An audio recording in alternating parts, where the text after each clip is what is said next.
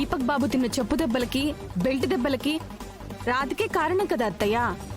దానికి మీరు పగ తీర్చుకోకుండా ఉంటారా అత్తయ్య?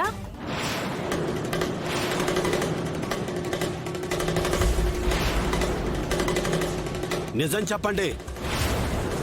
మనుషుల్ని చంపడం మీకేం కొత్త కాదు కదా. మీకొడ్డొస్తే ఎవరినైనా అడ్డు తొలగించుకుంటారు కదా. నిజం చెప్పండి.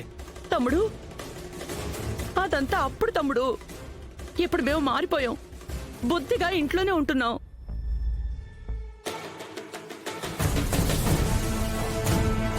రాధిక విషయంలో దీపక్ తప్పు చేశాడని ఇదిగో శిక్ష అనుభవించాడు. తన తప్పు తెలుసుకుని బాధపడుతున్నాడు తమ్ముడు.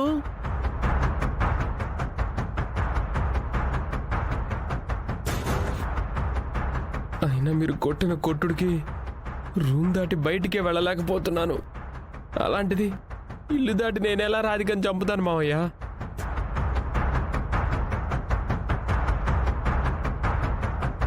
తగిలిన దెబ్బలకి మమ్మీ చేత ఆయింట్మెంట్ పూయించుకుంటున్నాను.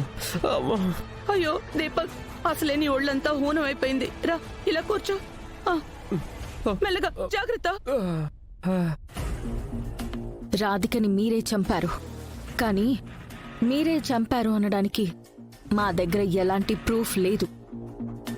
ఏదో ఒక రోజు నిజం బయటపడుతుంది. అప్పుడుంటుంది మీకు. మీ యాక్టింగ్తో అబద్ధాలతో పెద్దయ్య గారిని నమ్మించగలరేమో కానీ మీ గురించి అంతా తెలిసిన మమ్మల్ని మాత్రం నమ్మించలేరు. రాధికని చంపింది మీరేనని నిరూపిస్తాం. ఆ తర్వాత మీ సంగతి చూస్తాను. రాధికను అడ్డం పెట్టుకొని 4 దెబ్బలతో నన్ను బాధ పెట్టారు. ఇప్పుడు మీరు అడ్డం పెట్టుకున్న రాధికని అడ్డు తొలగించాను.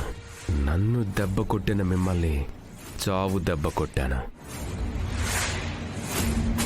మేము మొదలు పెట్టిన చదరంగం రాధిక అనే సిపాయి చావుతో ఆగదు. రాజుకి కాపలాగా ఉన్న గుర్రాన్ని చంపుతాం, ఏనుగుని చంపుతాం, మంత్రిని కూడా చంపుతాం.